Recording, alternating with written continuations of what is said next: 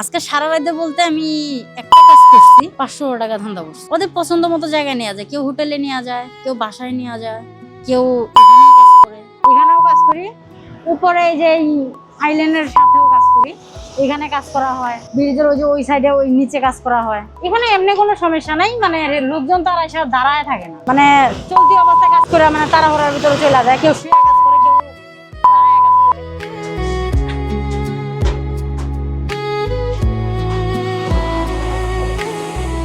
কিছু কিছু সময় মনে করেন যে এইগুলোতেও কাজ হয়।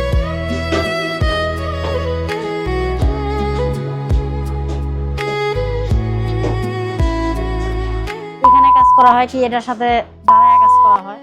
যদি পুলিশ আসে তাহলে ওই নিচে থেকেই যদি দেখা যায় পুলিশ ওঠার চিন্তা ভাবনা আছে তাহলে কাস্টমার নামে চলে যায়। আমরা যদি হোটেলে যাই তাহলে হোটেলে গেলে 3000 4000 কি কেউ 5000ও দেয়।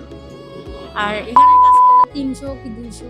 এখানে বেশিরভাগ রিক্সা, ভ্যান চালক, এমনি সিএনজি এইসব লোকই বেশি হয়।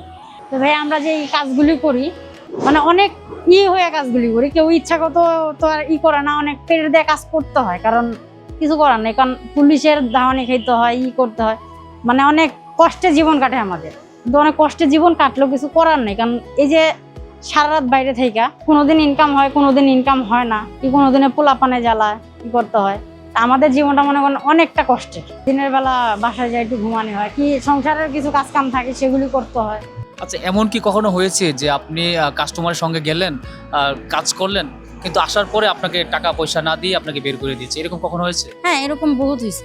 কি আমরা যখন যাই কি একজনের কথা বইলা 5-6 জনও থাকে, কি 10-12 জনও থাকে, কাজ না করলে ওই যে মারধর করে, যখন ওরা লোক বেশি থাকে তখন মারধর করে আরো সাথে যদি কিছু থাকে সেগুলো রাইখা দেয়।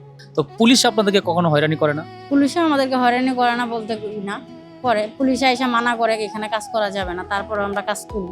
কি মাঝে মধ্যে আইসা ধাওয়ানিও দেয়, আমরা দৌড় পেরা কাজ করি। তো এমন কোনো হয় যে আশেপাশে যে মানুষ যারা আছেন, নেতাকর্মী বা যারা একটু প্রভাব খাটাইতে চায়, তারা এসে আপনাদেরকে ডিস্টার্ব করে? হ্যাঁ, এরকম হয়, অনেকেই আইসা ডিস্টার্ব করে, কি কেউ আইসা না ফাও কাজ করে যায়, টাকা পয়সা দেয় না।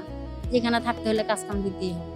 আমার স্বামী যদি আমার কাছে ফেরত আসে সেটা কখনোই সম্ভব না, কারণ যেই লোকটা আমাকে নিজে মানে অনেক ছোটকালে বিয়ে কইরা আমার সাথে এত বছর সংসার কইরা যদি আমাকে পাড়ায় নিয়ে বিক্রি করে দেয়, তার সাথে দ্বিতীয়বার আমার সংসার করা এটা কখনোই সম্ভব না।